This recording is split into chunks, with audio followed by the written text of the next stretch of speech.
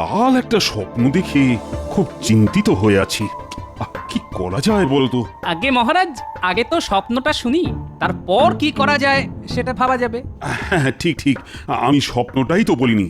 তাহলে শোনো সবাই, ভগবান আমাকে বললেন রাজ্যে সবাইকে কিছু খাবার জিনিস দান করতে, যাতে তারা খেয়ে খুশি হয়। কিন্তু সেটা যে কি তাই ভেবে পাচ্ছি না। মহারাজ, সামনেই বড়দিন, সাহেবরা সেদিন কেক খায়। আমরা যদি নগরের সবাইকে কেক বানিয়ে খাওয়াতে পারি তবে তারা খেয়ে খুশি হবে। এত কেক কোথায় পাওয়া যাবে মহারাজ? মহারাজ, আপনি কেকের ব্যাপারে উদ্বিগ্ন হবেন না, আমি জোগাড় করে দেব। এত হাঁস তুমি কোথায় পাবে? শেষে কি ঘোড়ার ডিম দিয়ে কেক বানাবে নাকি? হ্যাঁ, কি ব্যবস্থা হলো বলো তো?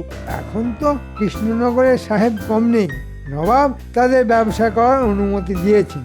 আর কেক বানাতে ওরা ওস্তাদ, তাই ওদের কাছ থেকেই কেক নেব। তাদের কেক খেতেও ভালো হবে, দেখতেও। আমাকে তো মহারাজ বেশ কিছু মোহর দিতে হবে, এত কেকের খরচা তো কম নয়। তুমি রাজকোষাগার থেকে যত খুশি মোহর নিয়ে যাও, দুদিনের মধ্যেই কেক কিন্তু আমার লাগবে।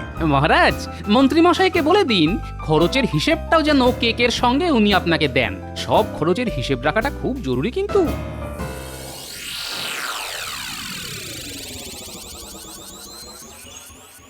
সাহেব, আমাদের কেক দাও, আমরাও কেক খাবো। নিশ্চয় নিশ্চয়, আমি তোমাদের জন্য ভালো কেক টুটেছি। এই নাও কেক। কি সুন্দর না? দেখতেই যদি এত ভালো হয় তাহলে খেতে নিশ্চয়ই আরো ভালো হবে। দাদু দিদাকে না দিয়ে তো খাওয়া উচিত হবে না রে। আমরা এই কেক আগে দাদুর বাড়ি নিয়ে যাই, কি বল? সেটাই ভালো হবে। চল কেক নিয়ে দাদু আর দিদাকে চমকে দিই।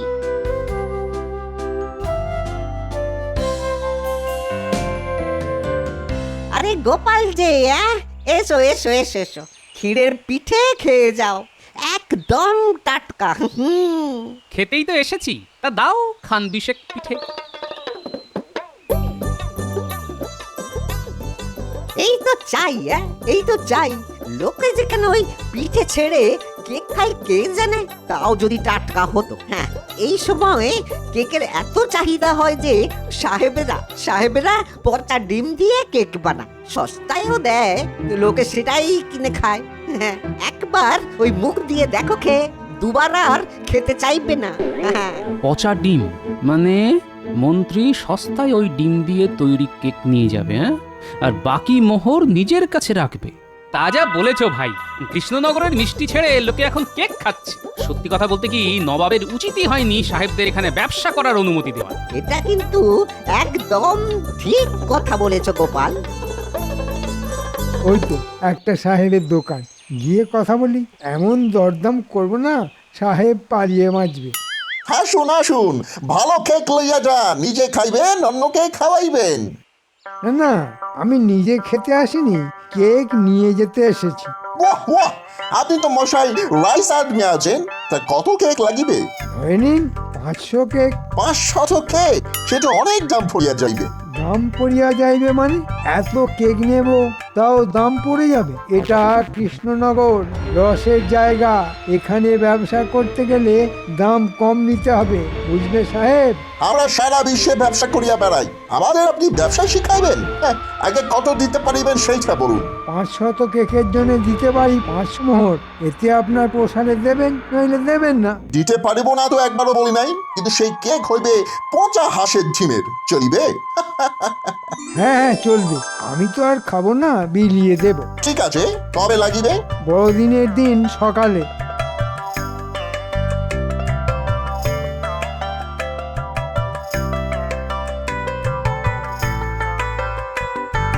দাদু আর দিদা, তোমাদের জন্য একটা জিনিস এনেছি। কেক এনেছিস? খুব ভালো কথা, কিন্তু কেক কেন? তোরা তো ভোলা ময়রার দোকান থেকে রসের মিষ্টিও আনতে পারতি। আরে দাদু, ভোলা ময়রা তো সারা বছরই থাকবে, বড়দিনের কেক খাবে না? নাও দাদু, কেক খেয়ে দেখো। আমি তো কেক খেতে খুব একটা ভালোবাসি না, তাও তোরা এনেছিস, দে একটু খাই। দাঁড়াও, আমি মুখে পুরে দিচ্ছি। এই বাবা, একটা পচা পচা গন্ধ পাচ্ছি। খেতে মোটেই ভালো হয়নি। নেহাত তোরা এনেছিস তাই খেলাম।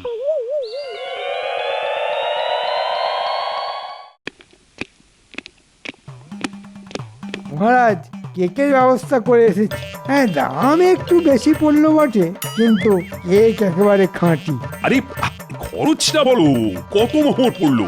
ধরুন প্রায় 500 মোহর। হ্যাঁ, 500 কেকের জন্য 500 মোহর? আর এ তো একেবারে গলা কাটা দাম। লোকে বলে কেকের দাম মিষ্টির চাইতে কম, কিন্তু সেটা তো আসলে নয়। কথায় বলে যত গুড় তত মিষ্টি। প্রজাদের খাওয়াবেন, তার জন্য ভালো জিনিস কিনবো না, তাই খরচাটা একটু বেশি পড়ে গেল।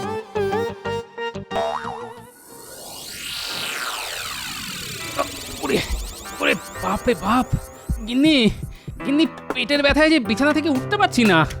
ওহ, আজে বাজে জিনিস খাবে তো পেট ব্যথা হবে না? আরো গেল গেল। কি ব্যথা কি ব্যথা! আরে আমি তো পুটিদের আনা কেক একটু খেয়েছিলাম, তুমি খাওনি তো? না না, আমি এখনো মুখে তোলার সুযোগই পাইনি। হ্যাঁ, আর খেও না আর খেও না, মনে হয় কেকটা খারাপ ছিল বুঝলে। ও বাবা, কি ব্যথা! আমি যা থাকতে পারছি না গো। তাহলে গুলটেদের ডাক দি, ওরা বৈদ্য মশাইকে আসতে বলুক। হ্যাঁ তাই করো তাই করো, বৈদ্য না আসলে আমি মরে যাব।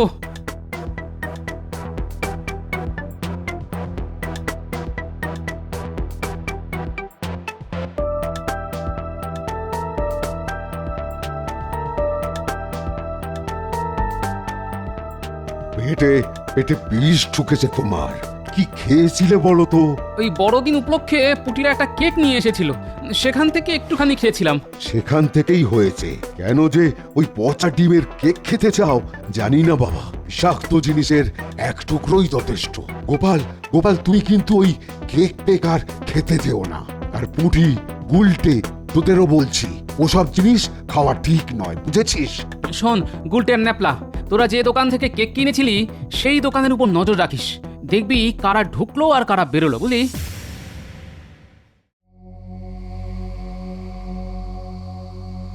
দেখ দেখ উল্টে, কে দোকানে ঢুকছে। এ সেই লোকটা রে, যে দাদুকে একবার পচা ডিম দিয়েছিল। সেই লোকটা এখানে কি করছে রে? নিশ্চয়ই পচা ডিম বেচতে এসেছে। দাঁড়া, ডিমগুলো তো এখানেই আসবে, তখনই বুঝতে পারবো ডিম পচা না টাটকা। আজ কথা দিয়ে মানিয়াছো, টাটকা দাম দিতে পারিব না কিন্তু। এই দামে টাটকা ডিম পাওয়া যায় সাহেব? আমার কারবারি তো পচা ডিম বেচা। এই দামে কে তোমাকে ডিম দেবে? এখানে আমি একজনই যে পচা ডিম বেচে। থাকি আর জানি না ভাবিয়াছো, তার কারণেই আমার দোকানে কেমন ভিড় দেখো। লোককে সস্তায় মাল বেচিলেই তাহারা আসবে, কিন্তু তাহারা কত বোকা। তাহারা জানিলেও পারিল না যে কিভাবে আমি এত সস্তায় মাল বিক্রয় করিতে পারি। কি শয়তানেরা, পচা ডিমের কেক বানাচ্ছে আর আমরাই সেটা কিনে নিয়ে যাচ্ছি আর বাড়িতে বসে খাচ্ছি। দাদুর পেটের যে অবস্থা হয়েছিল সেটা তো এই রকম কেক খাওয়ার জন্যই। ওই তো এক্ষুনি ডিম ফাটাবে, তখনই বুঝবো ডিম পচা কিনা। ফাটাচ্ছে ফাটাচ্ছে, আরে উফ, কি গন্ধ! বাপরে বাপ, এগুলো দিয়ে ওরা কেক বানাবে? এক্ষুনি এখান থেকে চলে যেতে হবে। উফ বাবা, কি গন্ধ! হ্যাঁ, আমার যা দেখার তা দেখা হয়ে গেছে। পচা ডিম যে লোকটা বিক্রি করে সে এখানেও পচা ডিম দেয়। আমরাও নিজের চোখে দেখে এসেছি, পচা ডিম ফাটানো হচ্ছে। বাপরে, গন্ধে পালিয়ে এলাম। এবার চল, দাদুকে সব বলতে হবে। একটু দাঁড়িয়ে যা, ওই দেখ কে আসছে, মন্ত্রী মশাই। মন্ত্রী মশাই এই দোকানে? তার মানে মহারাজ যে বড়দিনের দিন সবাইকে কেক খাওয়াবে বলেছে, সেটা মন্ত্রী মশাই এখান থেকেই নেবেন। আচ্ছা, আর কিছু দেখার নেই, এখন দাদুকে সব বলতে হবে। জমিয়ে শীত পড়েছে, তাই খেজুর গুড়ের পিঠে করব বলে নলেন গুড় এই হাড়ানের দোকান থেকে কিনে নিয়ে এসেছিলাম। কিন্তু তোমার যে শরীরের অবস্থা, তাতে আর করতে সাহস পাচ্ছি না। আরে বৈদ্যর ওষুধ খেয়ে আমি তো একেবারে সুস্থ হয়ে গেছি। তুমি নলেন গুড়ের পিঠে করবে আর আমি খাবো না, এটা হতে পারে? আচ্ছা আচ্ছা আচ্ছা, তুমি কি বানাবে বললে? নলেন গুড়ের পিঠে? পিঠে পিঠে, হ্যাঁ, পেয়ে গেছি পেয়ে গেছি, পথ পেয়ে গেছি গিন্নি। তুমি যে দোকানটার উপর নজর রাখতে বলেছিলে, আজ আমরা তাই করেছি, আর অনেক কিছু দেখে ফেললাম। কি দেখলি শিগগিরই বল। দেখলাম যে লোকটা তোমায় পচা ডিম বিক্রি করেছিল সে ওই দোকানে পচা ডিম দিয়ে গেল, আর তারপরেই মন্ত্রী মশাই সেই দোকানে গিয়ে ঢুকলো। তাহলে তো সোনায় সোহাগা, একে মন্ত্রী তাই পচা ডিম বিক্রেতা, একেবারে দুয়ে দুয়ে চার। আচ্ছা গিনি, তুমি যেন কি বানাবে বলেছিলে? নলেন গুড়ের পিঠে? শোন, আমি পথ পেয়ে গেছি, তোরা শুধু নজরদারি চালিয়ে যা। এবার 2-2 4, মহারাজের ইচ্ছে আমি পূরণ করবই। দাদু, বড়দিনের রাতে না এক দাড়িওয়ালা দাদু সব বাচ্চার ইচ্ছে পূরণ করে। মহারাজের মনে হয় তেমনই ইচ্ছে হয়েছিল। দাড়িওয়ালা দাদু, সে আবার কে রে? তার নাম জানি না, মানে ভুলে গেছি। তার মাথায় লাল টুপি, সাদা দাড়ি আর গায়ে লাল জোব্বা। তার সঙ্গে থাকে একটা ঝোলা। বাচ্চারা বড়দিনের আগের রাতে জানলায় মোজা ঝুলিয়ে রাখে, আর দাড়ি বুড়ো তাদের ঝোলায় অনেক কিছু দেয়। গিন্নি গিন্নি গিন্নি, তোমার লাল শাড়ি আছে না? শিগগির একটা জুব্বা বানিয়ে দাও তো, আর একটা লাল টুপি। বাড়িতে নলেন গুড় আছে না? তা দিয়ে পিঠে বানাও যতগুলি পারো। আজ রাতে আমি দাড়ি বুড়ো সাজবো। আমি এক্ষুনি বিজ্ঞানীর বাড়ি থেকে আসছি, বিজ্ঞানীকে আমার খুব দরকার। এ কি গোপাল, এত রাতে? খুব দরকার আছে, আমাকে এক্ষুনি পশম দিয়ে দাড়ি বুড়ো বানিয়ে দিতে হবে। আমি রাতেই বেরোবো। ও, বড়দিনের আগের রাতে তুমি সান্টা ক্লজ হবে? ঠিক আছে, আমি এক্ষুনি বানিয়ে দিচ্ছি। আর একটা কাজ করে দিতে হবে, ইংরেজি হরফে এই কয়েকটা বাংলা শব্দ তোমায় এই কাগজে লিখে দিতে হবে। ওতে কি লেখা আছে দেখি? আচ্ছা, বেশ বেশ, আমি এক্ষুনি লিখে দিচ্ছি।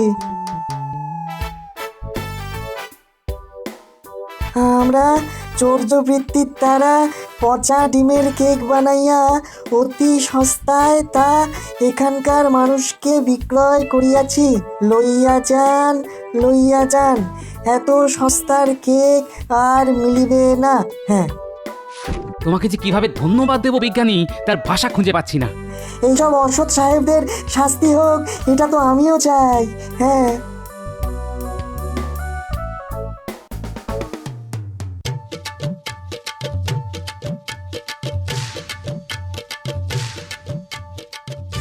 যাক, গিন্নি সময় মতো পিঠেগুলি ঝুলিতে দিয়ে দিয়েছিল।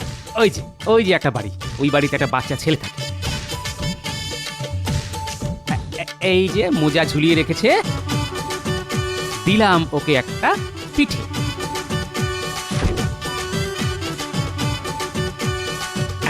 পিঠে প্রায় শেষ, আর কয়েকটা আছে। ওই তো বাড়িটা দেখা যাচ্ছে, ওখানে একটা বাচ্চা মিষ্টি ছেলে থাকে, তাকে দিয়ে আসি। সেটাও একটা মোজা ঝুলিয়ে রেখেছে, ওকে শেষ পিঠেটা দিয়ে দিলাম। এবার আমার আসল কাজটাই বাকি রয়ে গেছে, যাই কাজটা করে আসি।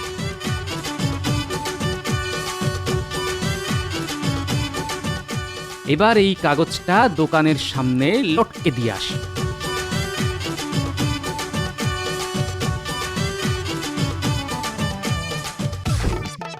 ব্যাস, এবার আমার কাজ শেষ। দেখি আমার দোকানের সামনে কে কি সব লিখে রাখা গেছে। নিশ্চয়ই সান্টা ক্লজ আমাদের আশীর্বাদ জানাই আছেন, কিন্তু এখন সময় নাই, রাজবাড়িতে কেক পৌঁছাইতে হইবে। আমি কেক লইয়া চলিলাম। মা মা দেখো, সেই দাড়ি বুড়ো একটা পিঠে রেখে গেছে। মা মা দেখো, মা দেখো। আমা, তাই তো, তাহলে এতদিনে দাড়ি বুড়ো তোর কথা শুনলো। ও বাবা দেখো, এক দাড়ি বুড়ো কি রেখে গেছে। ওরে বাবা, এই যে একটা পিঠে। বাবা, ও বাবা, দাড়ি বুড়ো কিন্তু সত্যি এসেছিল, তাই না? না, আসলে এত রাতে পিঠে কে রেখে গেল? তার মানে দাড়ি বুড়ো আছে নিশ্চয়ই।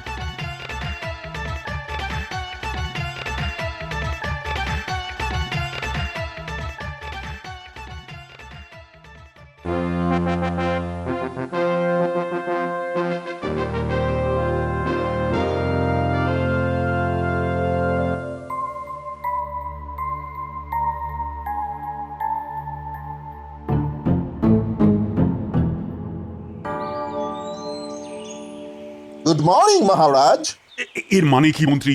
গুড মানে কেক, আর মর্নিং মানে গ্রহণ করুন। আচ্ছা, তুমি ওদের ভাষা শিখলে কি করে? মহারাজ, আমি আপনার মন্ত্রী, ওরা এসেছে এখানে ব্যবসা করতে, আর আমি ওদের ভাষা বুঝবো না? চিন্তা করবেন না, ওদের ভাষা আমি আপনাকে বুঝিয়ে দেব। তোমাকে বুঝিয়ে দিতে হবে, আমি ওদের সাথে কথা বললেই শিখে যাব। তা সাহেব, এই গুডগুলি আমি গ্রহণ করিলাম। মন্ত্রী, কাউকে বলো এই গুডগুলি যেন ভালো কোন স্থানে রেখে দেয়। যথাজ্ঞা মহারাজ। মহারাজ, আমার লস হইয়া গেছে। যে দামে এই কেক আমি আপনাদের দিলাম, তাতে আমার খরচা উঠিবে না। সাহেব যে বললো লস হয়েছে, তা এই শব্দের মানে কি? লস মানে লাভ। ওরা বলতে চাইছে আপনাকে কেক দিয়ে ওরা যে লস মানে লাভ করেছে তাতে ওদের খরচ উঠে অনেক লাভ হয়েছে। এই সাহেব, এখন এখান থেকে কেটে পড়ো তো, আমাদের আরও কেক লাগতে পারে, লাগলে আমি গিয়ে খবর দেবো। যাও।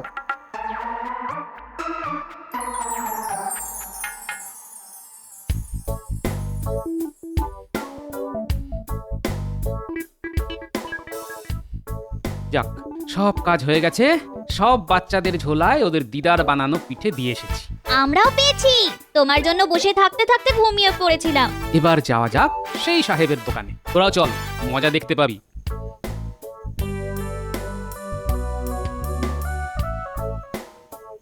এইবার সময় হইয়াছে এই লেখাটা পড়ার। এটা নিশ্চয়ই সান্টা ক্লজ নিজে লিখিয়া গিয়েছে। সান্টা ক্লজ নিজে লিখেছে? এটা তাহলে কোনো মন্ত্র। সাহেব, তুমি জোরে জোরে পড়ো। হ্যাঁ, এইখানে লেখা আছে। আরো জোরে পড়তে হবে, সবাই যাতে শুনতে পায়। ও শিওর, হ্যাঁ। আমরা সূর্য বৃত্তির দ্বারা পচা ডিমের কেক বানাইয়া এখানকার মানুষকে সস্তায় বিক্রয় করিয়াছি। আসুন আসুন, সস্তায় পচা ডিমের কেক লইয়া যান। দেখলে দেখলে কিভাবে আমাদের ভালো কেক বানাবে বলে পচা ডিম খাইয়েছে। এদের ডিম খেয়েই আমি প্রায় মরণের মুখ থেকে ফিরে এসেছি। কেকগুলি ওদের মাথায় মাখাও, এমন ভাবে মাখাও যাতে আর চিনতেই না পারা যায়। আমি এই মাখানো শুরু করছি, সবাই দায়ী কর। এদেরকে খেয়েই আমার গিন্নি এখনো ছাদা থেকে নড়তে পারছে না।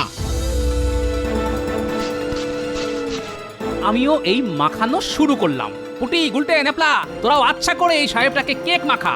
ওদের চালাকি আমরা বার করছি। মাখা মাখা, একেবারে মাখামাখি করেছে। শোন, আমি রাজবাড়ি যাচ্ছি, পেয়াদা বাড়তে বলছি। সাহেবকে কিন্তু তোরা ছাড়বি না।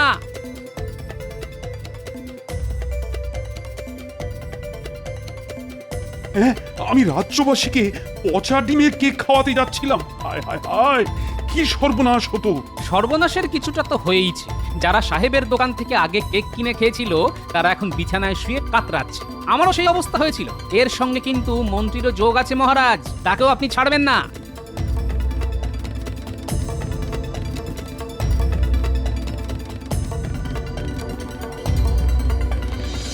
কেক মাখা অবস্থায় এইটাই সেই সাহেব? মহারাজ, এই সাহেবের দোকান থেকেই সস্তায় কেক কিনে খেয়ে আমার পুরো পরিবার আজ বিছানায়। এর কঠিন শাস্তি হওয়া উচিত। মহারাজ, এরা পচা ডিম দিয়ে কেক বানায়। আমি কোনো অন্যায় করি নাই মহারাজ। আপনার মন্ত্রী মাত্র 5 মোহর খরচা করিয়া 500 কেক চাহিয়াছিল। তা কি করে সম্ভব মহারাজ? এই পচা ডিম কিনিয়া কেক বানাইয়াছিলাম। Yes মহারাজ, believe me। সাহেবটাকে বাগানে নিয়ে যাও, ওখানে একটা গর্ত করা আছে সার তৈরির জন্য। সেখানে সাহেবটাকে নিয়ে গিয়ে ফেলো। তারপর তার উপরই ওরই বানানো কেক ঢালতে থাকো। আমি নবাবকে খবর দিচ্ছি যে তিনি যেন সাহেবটাকে ধরে নিয়ে যান। যাই, রাজবাড়ির দিকে যাই।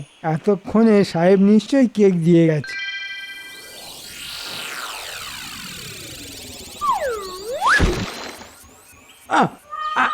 একই আমার মুখে কে কেক ছুঁড়ে মারলো। আর একটা কি হচ্ছে রে বাবা, আমার চোখ মুখ তো কেকে কেকে কেকাকার হয়ে গেল। আপনার লজ্জা করে না মন্ত্রী মশাই? হ্যাঁ, রাজ্যের লোককে পচা ডিমের কেক খাওয়ালেন। এই নিন, এই নিন সেই কেক আপনাকে মুখে ছুঁড়ে মারলাম। পেয়াদা আসছে, হ্যাঁ, আপনাকে গ্রেপ্তার করতে আসছে। ওই দেখুন দেখুন, ওই ওই ওরা এসে গেছে, দেখুন দেখুন।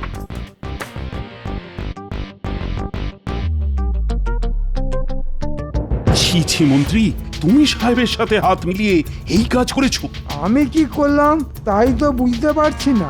ভাবিতেছ না 5 মোহরে 500 কেক কখনো সম্ভব হয়? হ্যাঁ, আমি তাই পচা ডিম দিয়া কেক বানাইয়াছি। তোমার ব্যবস্থা পরে হবে, কিন্তু গোপাল, আমি যে আজ সবাইকে কেক খাওয়াবো বলেছিলাম সেটার কি হবে বলো তো? সব ঠিক হয়ে যাবে মহারাজ, আপনি কিচ্ছু চিন্তা করবেন না। খালি কেকের বদলে পিঠে খাবে রাজ্যের লোক। আপনি আমায় কিছু মোহর দিন মহারাজ, আমি ভোলা ময়রার দোকান থেকে টাটকা পিঠে বানিয়ে এনে তা সবার ঘরে ঘরে পাঠিয়ে দেব।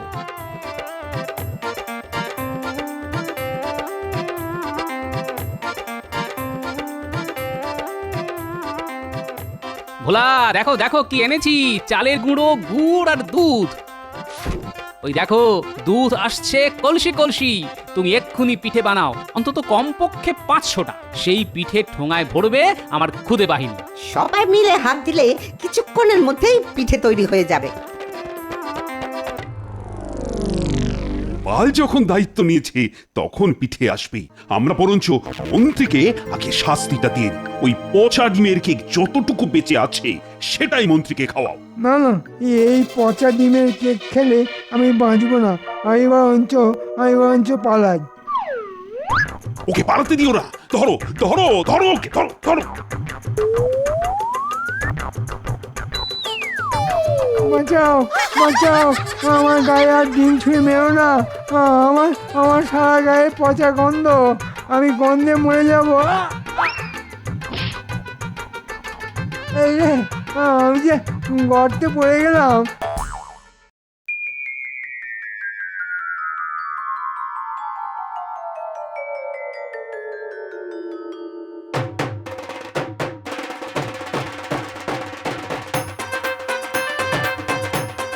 এই নে, এই ঠোঙায় পিঠে আছে, তোরা সবাই মিলে দৌড় লাগা, প্রত্যেকটা বাড়িতে বাড়িতে এই ঠোঙা পৌঁছে দে, সবাই যেন পিঠে খেতে পারে।